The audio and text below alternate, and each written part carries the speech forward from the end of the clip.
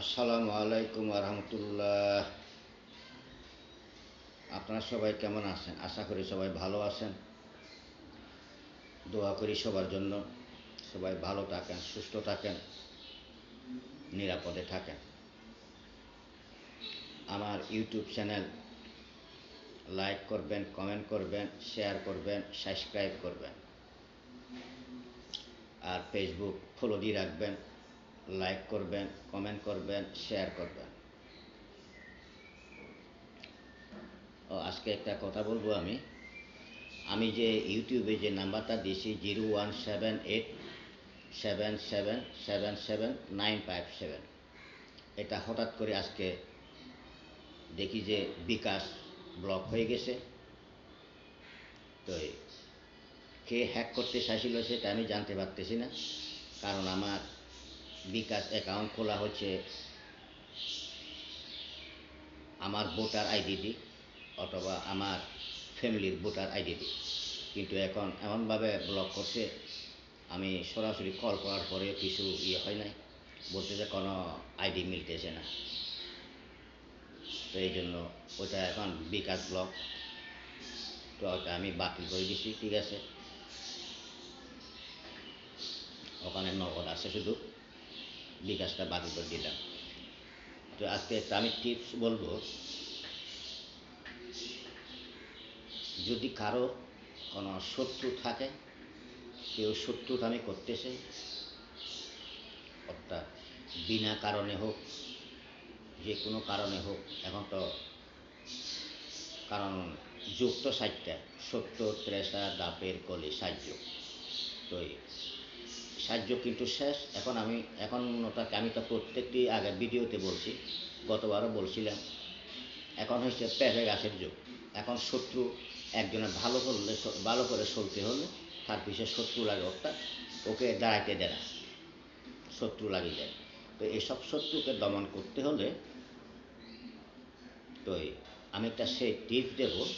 তবে টিপসটা সহজে ব্যবহার করবেন না, কারণ একটা কথা কি, শত্রুতা মিটা এমনি সচরাচর ঝগড়াইও হয়, সেভাবে সাধারণ ঝগড়াইতে করবেন না।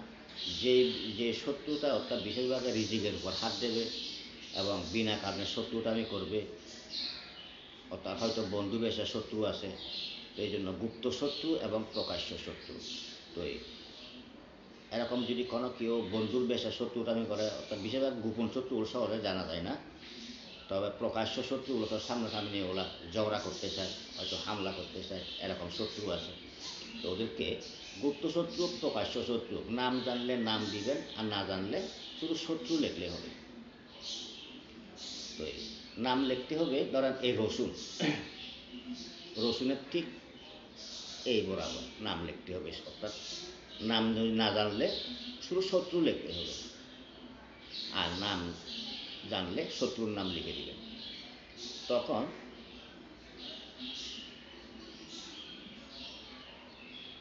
সুই, বড় সুই যেটা আছে, বড় সুই দিয়ে, এখানে কিন্তু 3টা রসুন লাগবে, এই তিন রসুন। তখন কি করবেন, প্রথম যেটার নাম লেখা, নাম সারা যেটা, ওইটা গাঁথবেন। গাঁথার পরে তারপরে যেটার নাম দেবেন ওইটা তারপরে গাঁথবেন। ওইটা গাঁথার পরে আরেকটা নাম ছাড়া ওইটা গাঁথবেন। গাঁথার পরে সুই দিয়ে, বড় সুই দিয়ে, তখন একটা কালো কাপড় দিয়ে সেটা ফেসাবেন। ফেসার পরে তখন ওখানে মন্ত্র পড়তে হবে।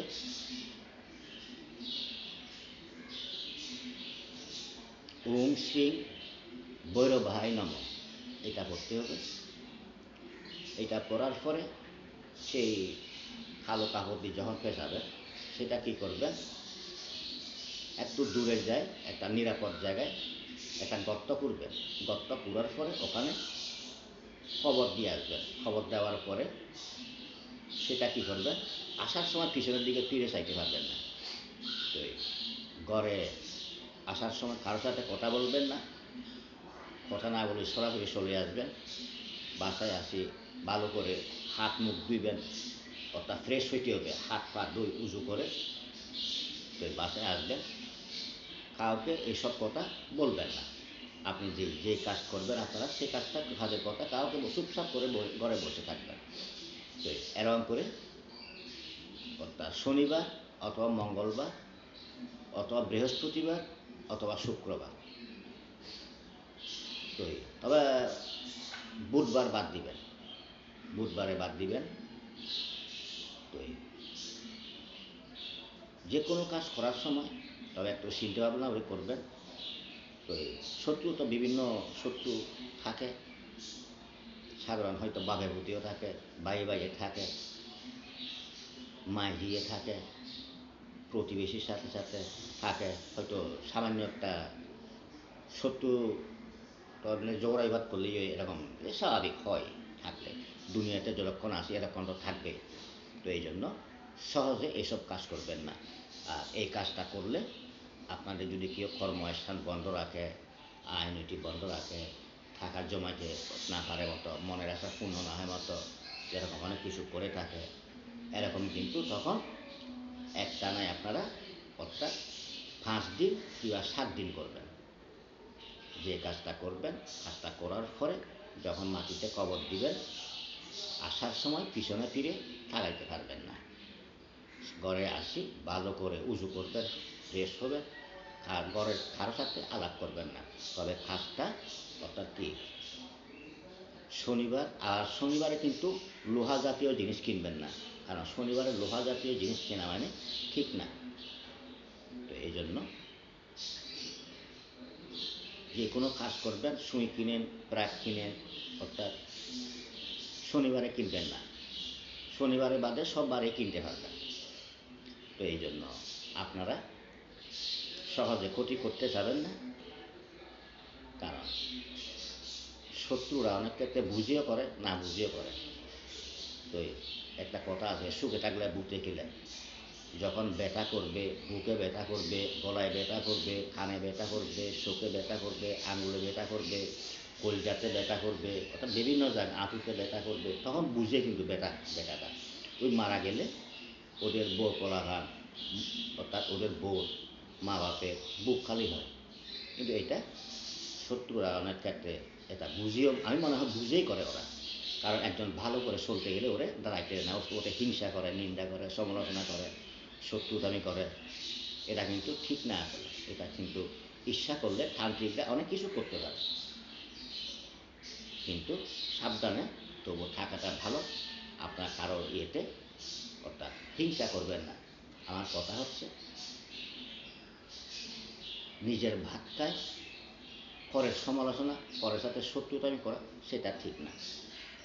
তো মনে রাখবেন ভালো করে, 3 কোষ রসুন নেবেন, 3 কোষ, একটাতে শুধু নাম লিখবেন, শত্রুর নাম না জানলে শুধু শত্রুই লিখলে হবে। তারপরে একটা লম্বা সুই দিয়ে গাঁথবেন 3টা, যেটার নাম ছাড়া ওইটা একটা, তারপরে নাম নাম যেটা লিখবেন ওইটা, তারপরে ওই আরেকটা নাম ছাড়া, এগুলো কালো কাগজে মুড়ায়, তারপরে একটা নিরাপদ স্থানে কেউ না দেখে মতন, অর্থাৎ কি ঠিক সেভাবে খবর দিয়ে আসবেন। আসার সময় পিছন দিকে ফিরে তাকাইতে পারবেন না। তো ঠিক আছে, আমি আর ভিডিওটা বেশি কিছু বড় করলাম না। আপনারা যে যেখানে থাকেন, দেশে বিদেশে, দূর দূরান্তে, সবাই ভালো থাকেন, সুস্থ থাকেন, সুন্দর থাকেন, নিরাপদে থাকেন। আসসালামু আলাইকুম ওয়া রাহমাতুল্লাহি ওয়া বারাকাতুহু।